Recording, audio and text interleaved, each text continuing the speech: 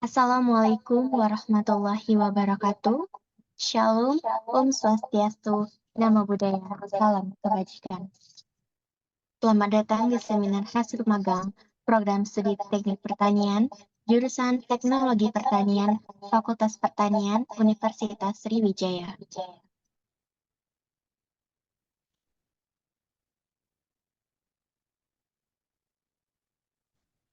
Peninjauan proses pengolahan limbah gas atau emisi udara di PT Pupuk Sriwijaya Palembang oleh Karissa Indah Junior, ujung NIM 011, dibimbing oleh Ibu Dr. Puspita Hati STPMP dengan mentor lapangan yaitu Bapak Abdullah Muzaki ST.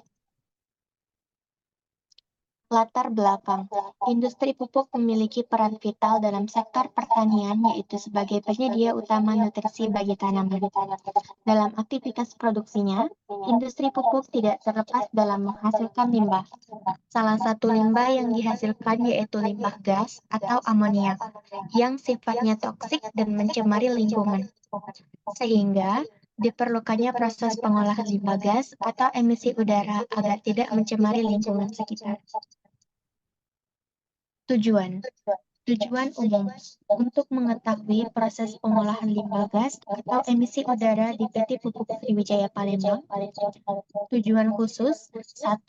Memenuhi kewajiban kurikulum untuk menyelesaikan studi di Universitas Sriwijaya, mendapatkan pengalaman kerja dalam suatu lingkungan industri pabrik, menumbuhkan dan menciptakan pola berpikir konstruktif yang berwawasan bagi mahasiswa dan dunia kerja. Pelaksanaan magang. Tempat di Departemen Lingkungan Hidup PT Pupuk Sriwijaya Palembang, Sumatera Selatan. Waktu 1 Juli 2024 sampai dengan 30 September 2024. Lokasi Jalan Mayor Zaini Kaliboni, Kota Palembang, Sumatera Selatan, kode pos 30118 Indonesia. Metode pelaksanaan magang. 1. Metode wawancara atau interview.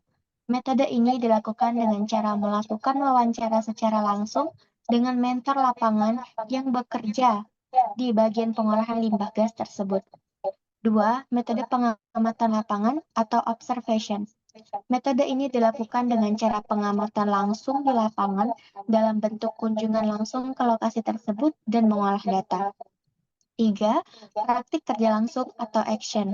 Metode ini dilakukan dengan cara praktik kerja langsung sesuai dengan topik yang telah ditetapkan sebelumnya dan dibimbing secara langsung oleh mentor lapangan dan karyawan yang menangani di bidangnya masing-masing. 4. Metode studi literatur. Metode ini dilakukan dengan cara membaca dan riset berbagai macam sumber seperti jurnal terpercaya, laporan, buku bacaan, dan lainnya. Hasil dan pembahasan. Proses pengolahan limbah gas. Pada proses pengolahan limbah gas terdapat 5 tahap. Yang pertama yaitu tahap penampungan di kondensat tank. Pada tahap ini, komponen limbah NH3, N2, CH4, dan juga air ditampung di dalam kondensat tank dan terjadi proses kondensasi. Kondensasi dilakukan untuk merubah wujud dari komponen gas menjadi cair atau mengalami pencampuran dari proses perubahan wujud tersebut. Yang kedua yaitu tahap absorpsi di HP kabel C211. Pada tahap ini terjadi proses penyerapan atau absorpsi. Pada tahap ini juga akan terjadi pemisahan antara fase gas dan juga fase liquid atau cair. Pada tangki ini, air yang mengandung amoniak akan berada di bawah, dan gas-gas atau komponen-komponen lainnya selain amoniak akan ke atas beserta gas dari bawah yang berasal dari liquid tadi melalui pipa-pipa di dalamnya. Lalu yang ketiga ada tahap pendinginan di feed heater. Pada tahap ini terjadi proses pendinginan komponen limbah-limbah gas yang terdiri dari N2, H2, CH4, dan juga air. Tujuan proses pendinginan ini agar keempat limbah tersebut tidak terlalu panas dan dapat memasuki sistem dengan baik agar menghasilkan produk yang baik juga. Yang keempat yaitu tahap pemisahan di prim separator. Pada tahap ini, hanya H2 yang akan dipisahkan dari komponen-komponen limbah lainnya. Kemudian, H2 akan dikirim ke pabrik NH3 untuk proses pembentukan amoniak. Sedangkan komponen limbah CH4, N2, dan juga air yang telah dilakukan proses agar tidak terjadi limbah lagi, kemudian akan berjalan pada pipa mengikuti sistem dan dimanfaatkan kembali menjadi bahan bakar. Yang terakhir yaitu tahap pembentukan amoniak di amoniak stripper. Pada tahap ini, amoniak dari HP scrubber yang telah terpisah dari limbah-limbah komponen gas lainnya akan berjalan menuju sistem ke amoniak stripper. Pada tangki amoniak ini akan ditambahkan air untuk proses kondensasi untuk didinginkan agar menghasilkan produk yang baik. Agar air dan N2 tidak menjadi limbah yang berbahaya, maka dilakukan proses pendinginan atau biasa disebut dengan cooling tower. Setelah proses tersebut, limbah gas yang tidak ikut terkondensasi yaitu air dan N2 dibuang ke atmosfer dan limbah gas ini tidak berbahaya. Lalu amoniak tadi masih terpendam di bawah karena berbentuk cair dan akan dilakukan proses reboiler atau pemanas. Pada tahap ini, terjadi pencampuran antara amoniak dan air.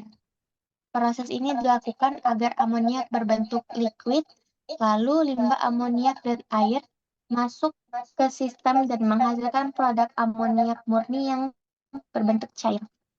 Maka dari itu, tidak terdapat limbah gas karena limbah-limbah yang dihasilkan oleh pabrik tersebut terus diolah dan di-recovery oleh Pure Gas Recovery Unit atau PGRU. Berikut merupakan data ambien PT Pupuk Sriwijaya Palembang pada tahun 2021 sampai dengan 2024, di mana terdapat 12 parameter untuk pengukuran data ambien tersebut. Lalu berikut ini merupakan grafik data ambien PT Pupuk Sriwijaya Palembang tahun 2021 sampai dengan 2023.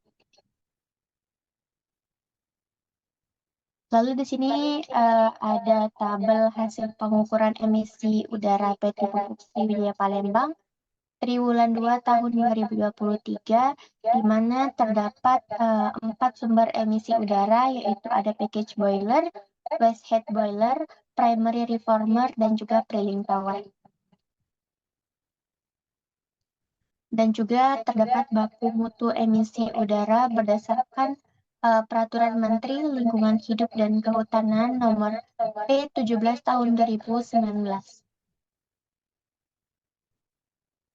Kesimpulan yang saya ambil atau yang saya dapatkan pada tugas khusus saya kali ini mengenai peninjauan proses pengolahan limbah gas atau emisi udara di PT Pupuk Sriwijaya Palembang, yaitu yang pertama, bahan baku utama yang digunakan PT Pusri Palembang dalam mengolah limbah gas atau emisi udara adalah gas alam yang berasal dari Pertamina, steam atau uap air yang diperoleh dari air Sungai Musi, dan udara yang diperoleh dari lingkungan.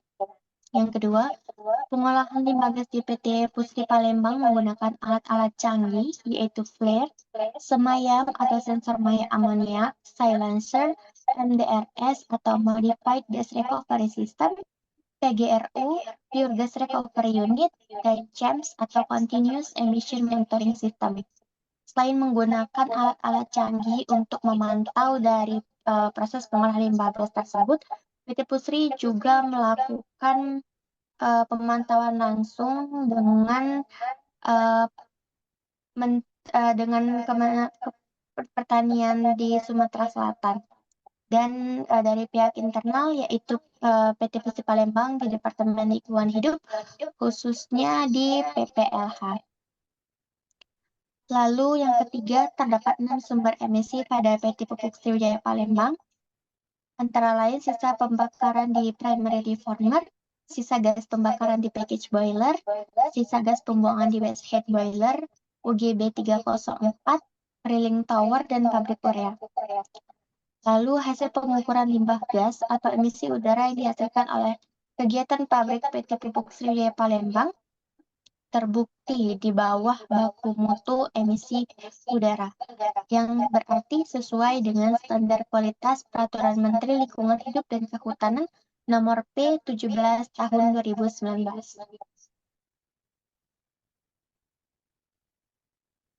Saran, sebaiknya PT Pusri Palembang memegang teguh komitmennya untuk selalu patuh terhadap segala regulasi yang berkaitan dengan keberlangsungan perusahaannya dalam memproduksi pupuk urea dan hasil sampingan berupa limbah yang dikeluarkan setiap hari seiring produksi pupuk berlangsung. Lalu yang terakhir di sini ada dokumentasi kegiatan selama 3 bulan saya magang. Yang pertama yaitu menghadiri acara gala premier Srinova PT Pupuk Sriwijaya Palembang. Yang kedua mengikuti kegiatan rutin senam sehat Rabu pagi bersama karyawan PT Pusri Palembang di depan Departemen Laboratorium Pusat. Lalu melakukan kunjungan ke kebun percobaan Departemen Riset PT Pusri Palembang yang berada di Lorong Abadi.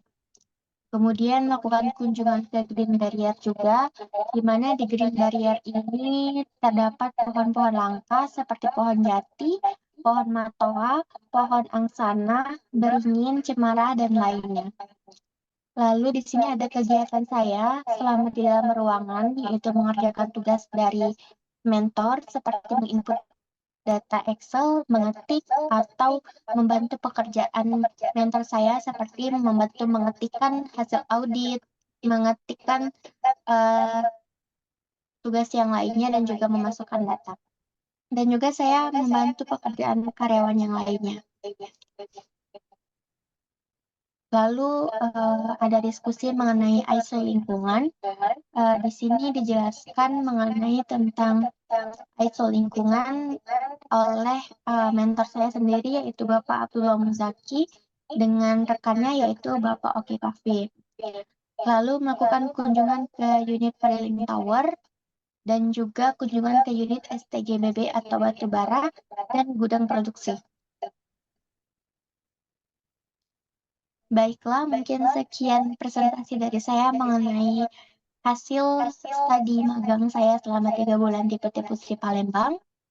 Harapannya semoga yang dapat saya sampaikan ini bermanfaat, dan saya mohon maaf apabila terdapat kesalahan maupun kekurangan kata.